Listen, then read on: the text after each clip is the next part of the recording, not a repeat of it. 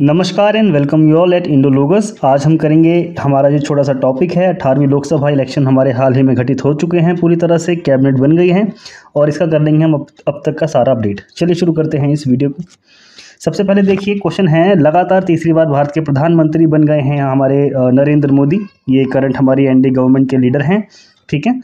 और इससे पहले जवाहरलाल नेहरू के पास ये रिकॉर्ड था, उन्होंने 3 बार लगातार जो है जनरल इलेक्शन को जीता था। आज़ादी के बाद जन्म लेने वाले प्रधानमंत्री बन गए हैं मोदी, जिन्होंने 3 बार लगातार कॉन्जिक्यूटिव ईयर में एक तरह से अपनी सरकार बनाई है। क्लियर, ये सी आपका करेक्ट आंसर हो जाता है। जनरल से जानकारी दी गई है सारी। नरेंद्र मोदी जो है उन्होंने शपथ ली प्राइम मिनिस्टर की तीसरी बार, और ये काम करते हैं प्राइम मिनिस्टर।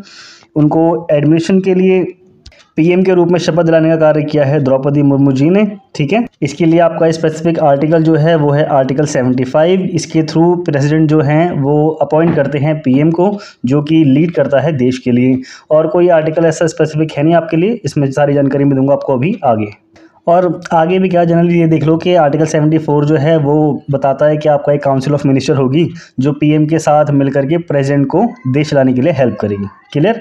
और तीसरा पॉइंट देखिए क्या लिखा हुआ है, ये आपके पहले नॉन कांग्रेस लीडर हैं जो तीसरी बार थर्ड कॉन्जिक्यूटिव टाइम के लिए पीएम के लिए सिलेक्ट किए गए हैं। मोदी जो हैं ये आपके वाराणसी सीट से आते हैं, इतना ध्यान रखिएगा। वाराणसी इनकी एक तरह से ये कॉन्स्टिट्यूंसी है, यहाँ से लड़ते हैं, ये जीते हैं लगातार यहाँ से तीसरी बार। और पहले प्राइम मिनिस्टर हैं जिन्होंने आज़ादी के बाद 3 बार लगातार इस पद को प्राप्त किया है। यहाँ पे देखिए 18वीं लोकसभा इलेक्शन 2024, ये इनकी शपथ लेते हुए इमेज, और हम सब ने इसकी ये वीडियो या फिर लाइव रिकॉर्ड देख ही लिया होगा। पीछे की तरफ से जो गया था वो बिल्ली थी और तेंदुआ नहीं था, तो प्लीज़ आप में बताइएगा। नरेंद्र मोदी ने टेक ली, अपनी एक तरह से ओथ ली है प्राइम मिनिस्टर के रूप में।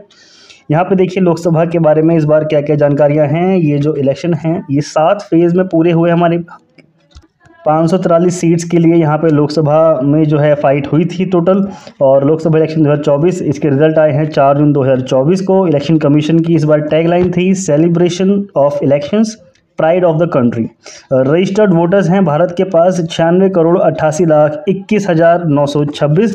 ये किसी भी पीसीएस लेवल के एग्जाम में इस तरह का रफ डेटा पूछा जा सकता है। और करंट वोटर सेक्स रेशियो अगर हम देखें तो वो है हमारे पास 948। कूल। नेक्स्ट देखिए क्या है, टोटल स्ट्रेंथ की बात करेंगे काउंसिल ऑफ मिनिस्टर्स की, तो ये 15% से ज़्यादा नहीं होनी चाहिए लोकसभा के टोटल मेंबर से, और इसके हिसाब से ये बैठती है आपकी 81, ठीक है। 81 से ज़्यादा आपके काउंसिल ऑफ मिनिस्टर्स नहीं हो सकते। करंट ईयर में जो भी हमारी जो हाल ही में ये जो हमारी सरकार बनी है, इसमें पीएम को मिलाकर के 72 मेंबर्स हैं टोटल। अभी भी यहाँ पे हमारे पास 9 लोग और भी हो सकते थे, तो इतना आपको ध्यान रखना है। क्लियर है। तो ये चीज़ें मैंने आपको हमें बता दी हैं। ये दोनों पॉइंट हमारे हो गए। बीजेपी ने 240 सीट जीती थी, इस बार उनकी मेजोरिटी जो है वो नहीं आ पाई है 200, जिसमें इनका सपोर्ट करने के लिए जेडीयू की 12 सीटें यानी कि नीतीश कुमार जी की, और टीडीपी की है आपकी 16 सीटें। ये आंध्र प्रदेश की पार्टी है, चंद्रबाबू नायडू इसके लीडर हैं, इनके पास ही 16 सीटें, दोनों के मिला के हो गई आपकी 28 सीट्स, ठीक है। और बीजेपी के पास ही 240, तो इन दोनों को जोड़ करके हो जाती हैं 268। और हमारे पास कुछ जो अदर पार्टीज होती हैं उनकी सीट्स को मिला करके बीजेपी ने ये एक अलाइड गवर्नमेंट बनाई है, जो आगे 5 साल के लिए देश पे रूल करेगी। क्लियर हो गया। यहाँ पे ध्यान रखिएगा, ये सारे पॉइंट्स मैंने बता दिए हैं। 240 सीट मिली हैं बीजेपी को। बीजेपी ने 330 सीट जो हैं वो प्राप्त करी थी 2019 के जनरल इलेक्शन में। 282 सीट्स इसमें इंडिविजुअली आपकी बीजेपी को ही मिल गई थी 2014 के जनरल इलेक्शन में। तो 303 फिर 282, मतलब पहले 282 उसके बाद 303, अब घट करके 240 हो गई। 3 बार के लगातार ये हो गए हैं। कुछ भी पूछा जा सकता है, तो एक जनरल नॉलेज अपने पास रखो बस। इंटरेस्टिंग फैक्ट आपको ध्यान रखना है, टोटल 543 सीट हैं, जिसमें से इस बार जो हमारे इलेक्शन हुए हैं ये सिर्फ 542 सीटों के लिए हुए हैं। 43 अवेलेबल हैं, 542 के लिए हुए हैं। इसमें जो ये एक सीट हमारी इसमें एक तरह से काउंट नहीं की गई है, ये है सूरत की सीट। यहाँ पे बीजेपी के ये कैंडिडेट थे मुकेश दलाल, इनकी कॉन्स्टिट्यूंसी जो सीट थी उसको कैंसिल कर दिया गया था, इतना आपको ध्यान रखना है। क्लियर। अब देखते हैं नेक्स्ट क्या है हमारे पास। ये कुछ और पॉइंट लिखे हुए हैं। प्राइम मिनिस्टर नरेंद्र मोदी, इन्होंने ये तीसरी बार लगातार 71 मेंबर्स के साथ यहाँ पे शपथ का समारोह जो है उसको पूरा किया था। 30 कैबिनेट मंत्री हैं यहाँ पे आपकी, 5 मिनिस्टर ऑफ स्टेट्स हैं, ये इंडिपेंडेंट चार्ज रखते हैं, और 36 मिनिस्टर ऑफ स्टेट हैं। इनको मैं अभी क्लियर कर देता हूँ, पहले तीसरा पॉइंट देख लेते हैं।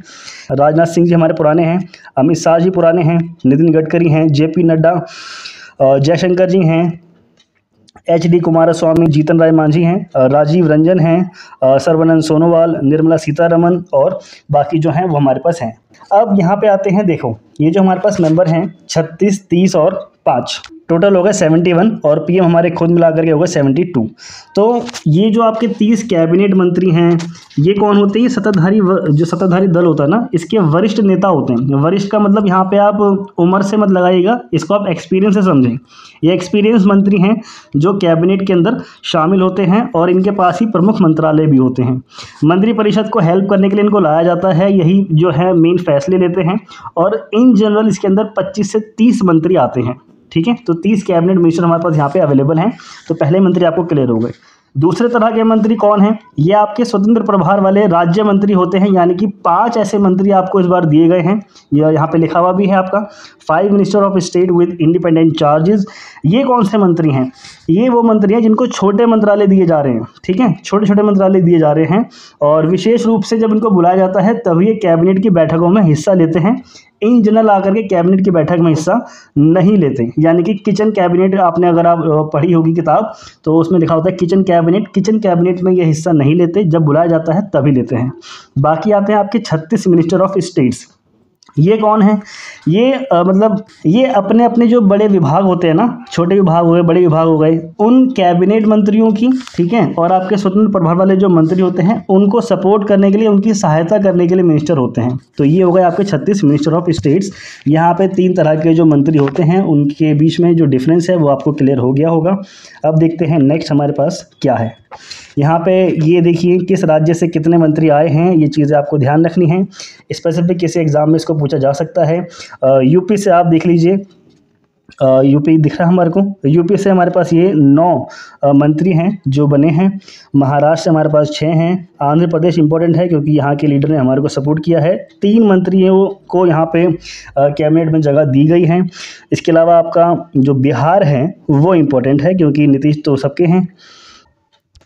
और यहाँ पे देखिए आप बिहार से आपके 8 मंत्रियों को लिया गया है, शामिल किया गया है। क्लियर, ये सारी लिस्ट यहाँ पे दे दी गई है, इसको आप ध्यान से देख सकते हैं। नेक्स्ट देखिए कैबिनेट मिनिस्टर के रूप में किस को कौन कौन से जो विभाग हैं वो दिए गए हैं। सबसे पहले आपके पास राजनाथ सिंह जी को देखते हैं। यहाँ पे इनको डिफेंस मिनिस्ट्री दी गई है, यानी कि इनके विभाग को चेंज नहीं किया गया, इनके मंत्रालय को चेंज नहीं किया गया है। अमित शाह अगेन ये कॉर्पोरेशन और होम अफेयर्स के मिनिस्टर रहेंगे। नितिन गडकरी रोड ट्रांसपोर्ट और हाईवे के मंत्री पहले थे, अभी भी रहेंगे। JP नड्डा जी का जो रोल है वो चेंज कर दिया गया था, ये पहले पार्टी लीडर थे, अब इनको हेल्थ एंड फैमिली वेलफेयर साथ में minister of chemicals and fertilisers दे दिया गया है। क्लियर है, तो इस चीज़ को ध्यान रखना, ये नया है आपके लिए। शिवराज सिंह चौहान पहले ये CM हुआ करते थे, अब इनको कैबिनेट मंत्री का दर्जा दिया गया है। इनको संभालने के लिए बोला गया है agriculture, farmer welfare and rural development ministry को। फाइनेंस एंड कॉर्पोरेट अफेयर्स आपका अगेन निर्मला जी ही संभालेंगी। जयशंकर जी संभालेंगे आपके एक्सटर्नल अफेयर। मनोहर लाल खट्टर ये भी पहले CM थे, अब बन गए हैं ये कैबिनेट मंत्री। इनको दिया गया है housing, urban affair and power ministry.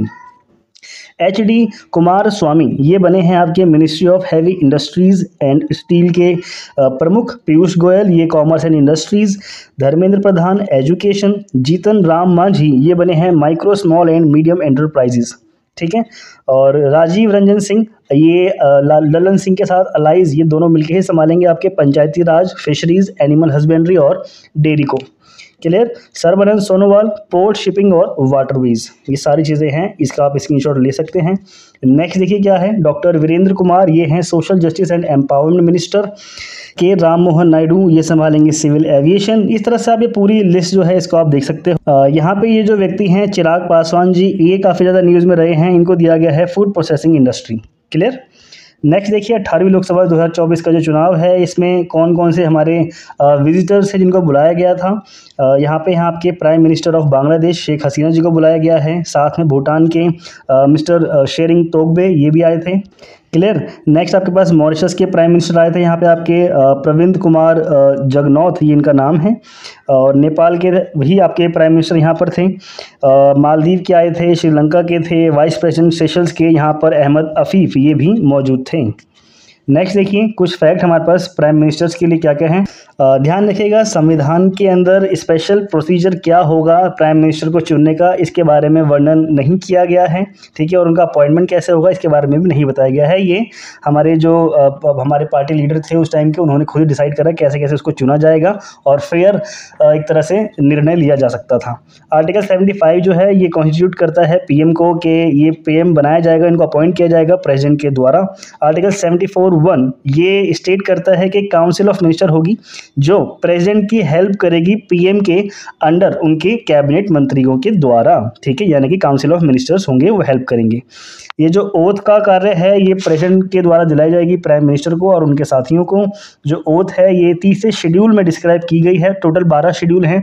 अभी बताता हूँ बस 12 शेड्यूल कौन से हैं, पहले देख लेते हैं।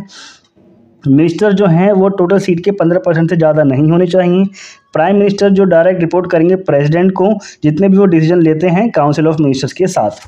टोटल 12 शेड्यूल में आपके पास कौन कौन से हैं। सबसे पहली शेड्यूल में बस इसको प्रोनाउंसिएट कर रहा हूँ, प्लीज़ इसको ध्यान से सुन लेना, रिवीजन है, आपको सबको पता होगा पहले से। पहला जो शेड्यूल है वो बताता है टेरिटरीज और स्टेट को। दूसरा वाला जो है ये बताता है आपका एमोल्यूमेंट्स क्या क्या दिए जाएंगे। तीसरा है आपका ओथ के जो शपथ हमने ली है ये शपथ का तरीका क्या होगा इसके बारे में। राज्यसभा सीट का एलोकेशन किस तरह से होगा, ये आपका शेड्यूल 4 है, माफ़ करें शेड्यूल है आर्टिकल नहीं, शेड्यूल 4। शेड्यूल 5 मोस्ट इंपॉर्टेंट, ये शेड्यूल एरियाज़ को डिस्क्राइब करता है, ठीक है। और जो दूसरे ट्राइबल एरियाज़ हैं, देखो शेड्यूल एरिया शेड्यूल 5 और ट्राइबल एरियाज़ जो हैं ये शेड्यूल 6। इसके अलावा आपका फेडरल लिस्ट सारी दी गई हैं, ठीक है। संघ सूची, राज्य सूची और समवर्ती सूची ये आपके 7वें में मेंशन है। लैंग्वेज 8वां, लैंड रिफॉर्म्स किए थे हमने शेड्यूल 9 में। 10वां है दल बदल, 11 पंचायत, ठीक है। 73वां संविधान संशोधन और 12वां है आपका म्यूनसिपैलिटीज़ के बारे में 1993 का एक्ट, 74वां संविधान संशोधन। क्लियर हो गया। अब देखते हैं नेक्स्ट क्या है। यहाँ पे कुछ लोकसभा के हाउस ऑफ पीपल क्या क्या हैं। देखिए जब हमारी संविधान बना था उसमें मेंशन किया गया है कि टोटल 550 सीट हो सकती हैं, जिसमें से 530 सीटों के लिए जो है डायरेक्ट इलेक्शन होगा और जो 20 मेंबर हैं वो यूटी से आएंगे। लेकिन वर्तमान स्थिति के हिसाब से आप देखोगे तो हमारे पास 543 सीट्स हैं, जिसमें से 530 मेंबर जो हैं वो रिप्रेजेंट होते हैं और 13 मेंबर आते हैं यूटी से जो यूटीज़ को रिप्रेजेंट करते हैं। इससे पहले आप देखोगे इसमें 2 मेंबर और हुआ करते थे एंग्लो इंडियन कम्युनिटी के, जिनको प्रेसिडेंट के द्वारा नियुक्त किया जाता था। लेकिन 95वां संविधान संशोधन 2009 के जो आपका में चेंज हुआ था उसके हिसाब से 2020 तक की व्यवस्था लागू की गई थी, जिसको 2020 में समाप्त कर दिया गया। नॉर्मल 5 साल का कार्यकाल होता है, राज्यसभा का 6 साल का होता है, ठीक है। 2 साल में 1/3 मेंबर जो है वो चेंज होते रहते हैं, जैसा कि हमने राज्यसभा के बारे में जानकारी है हमारे को। और स्पीकर जो है वो head house of the head होता है और मनी बिल को लेकर के निर्णय लेने का अंतिम डिसीजन जो है वो स्पीकर के पास होता है। क्लियर। नेक्स्ट देखिए क्या है, when is the Lok Sabha election 2024 start. तो ये इनकी शुरुआत कब हुई थी, करेक्ट आंसर है आपके पास 19 अप्रैल को राजस्थान से इसकी शुरुआत हुई थी, ध्यान रखना। यहाँ पे देखिए 19 अप्रैल 2024 को ये शुरू हुए हैं और 1 जून 2024 को समाप्त हो गए। 18वां लोकसभा इलेक्शन इंडिया का था। करंट रूलिंग अलायंस हमारे पास है एनडीए, पीएम मोदी के नेतृत्व में।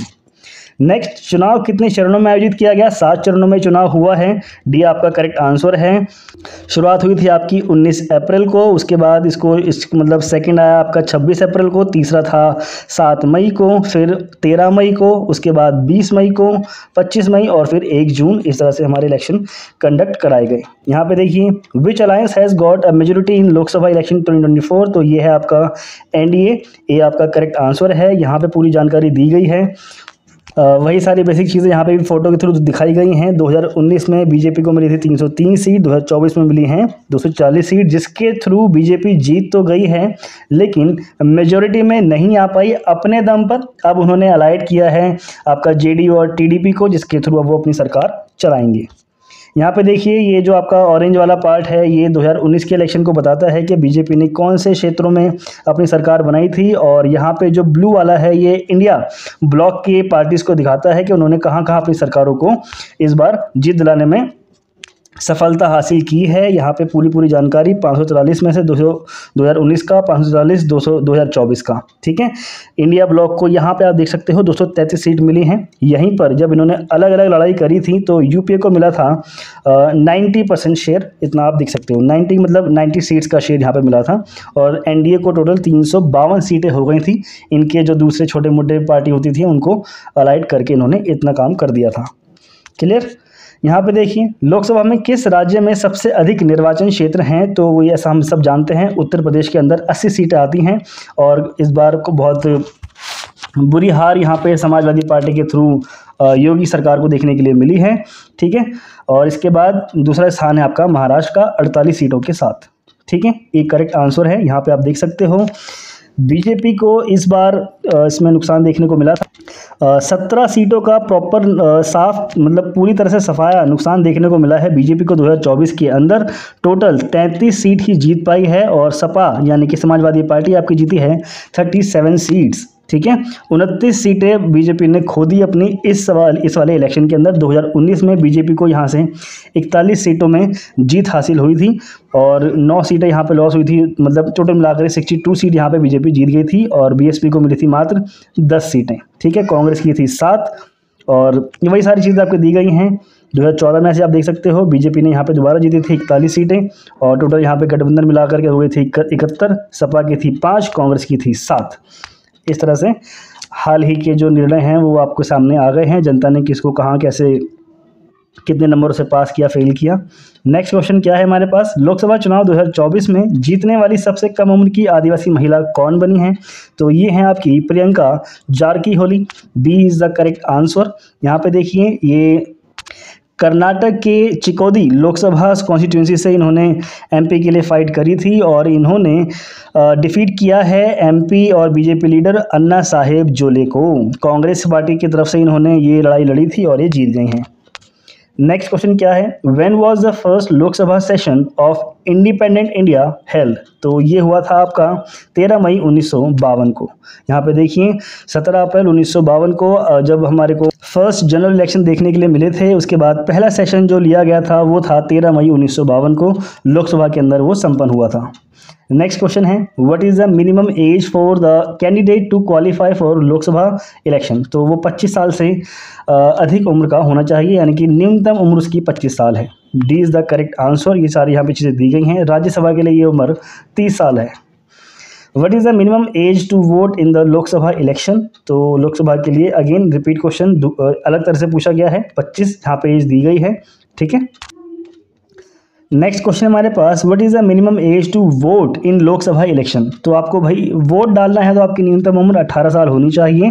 1989 में अमेंड करके इस एज को कम कर दिया गया था, पहले ये एज 21 साल हुआ करती थी, ठीक है। यहाँ होता है इस वीडियो का एंड। जल्दी मिलेंगे हम लोग नेक्स्ट वीडियो में, ठीक है। होप्स आप लोगों को अच्छा लगे, अच्छे से कमेंट करिए। जल्दी मिलते हैं नेक्स्ट वीडियो में। Thank you.